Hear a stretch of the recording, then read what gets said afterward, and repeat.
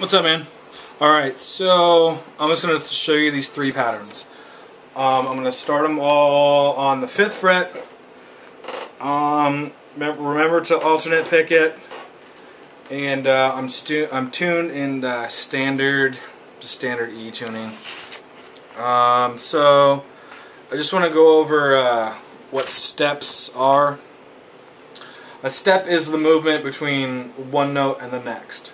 So we're starting here. If I wanted to do a full step up, that's 2 frets. That's one full step. It's because this is a whole note, you know, an A, and then it's A sharp, and then it's C. So you're skipping the sharp pretty much, or the flat, you know. So this is A sharp. So you're gonna skip it. So that's one whole note is one step is skipping a whole. If you're on here, one step up is this. Half step is the very next fret. So half step is 1 fret. Whole step is skipping 2 frets. And you can go whole step up or whole step down. Half step down, half step up.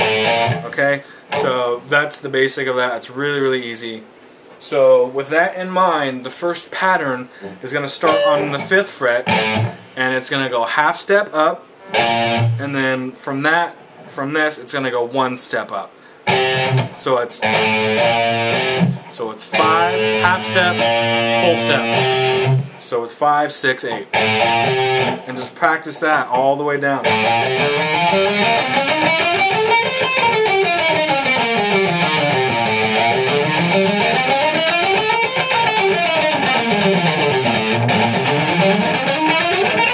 Okay, so pattern number 1 is half step, whole step, starting on the 5th. Half step, whole step from that, whole step from the 6th. If it was from the 5th to the 8th is a step and a half. So just so you know, so I'm just going half step, whole step from the 2nd note. So half step, whole step. That's pattern number 1. Pattern number 2 is the exact backwards of that. You're starting on the 5th, but it's going to be whole step and then half step. And you're going to want to not use your middle finger. So you're going to want to use your first finger, ring finger, and your pinky. So instead of going 5, 6, 8, you're going 5, 7, 8.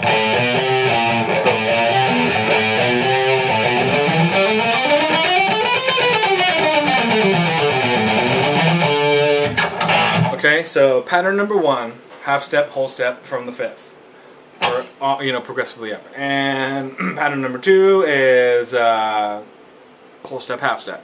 Pattern number 3 is whole step, and it's a little bit harder. If you can't do it on the A, try it on the 5th. I mean, sorry, try it on the C, which is the 7th. But try to get it down on the A. It's going to be tough at first, but you'll get it. Your fingers have to learn the dexterity to do it, and it'll come in time. So yeah, pattern number 3 is whole step, You use your middle finger and you use your pinky.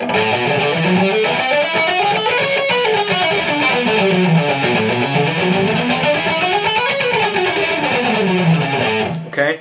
So basically what you want to do, what I would suggest you doing, once you get them down in your head what they are, which are pretty easy once you do them a couple times, is I would go ascending and descending. Go ascend in pattern 1 and then descend in pattern 1. And then ascend in pattern 2 and then descend in pattern 2. And then ascend and descend in pattern 3. So essentially you go...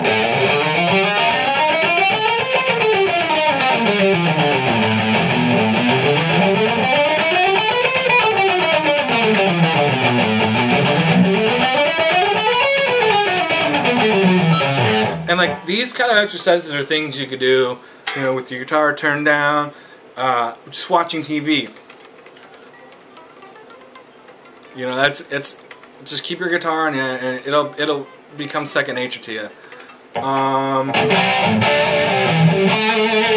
So yeah, that's basically it. When you get into like scales and stuff, you're gonna see those patterns a lot. Like for example, I'll just go over quick with you a major scale. I'll start in A on the 5th, and you know the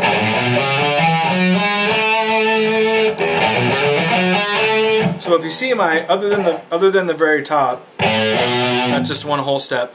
But the next part of the scale is pattern 1, and then pattern 2. That's why it's good to learn those patterns.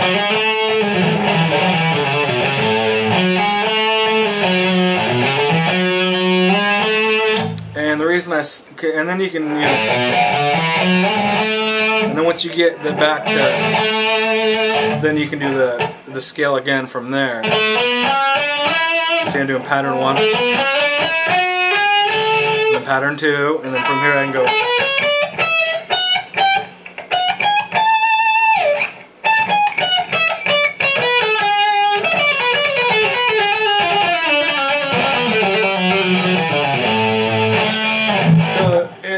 It's really good to learn those scales, you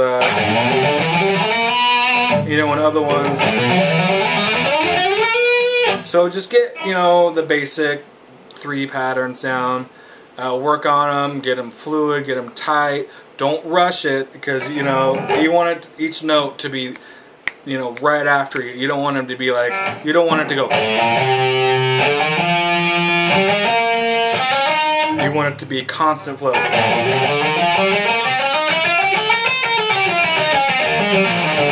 It'll make you a fluid player, you know. So yeah, that's that. If you have any questions, hit me up. Alright, peace.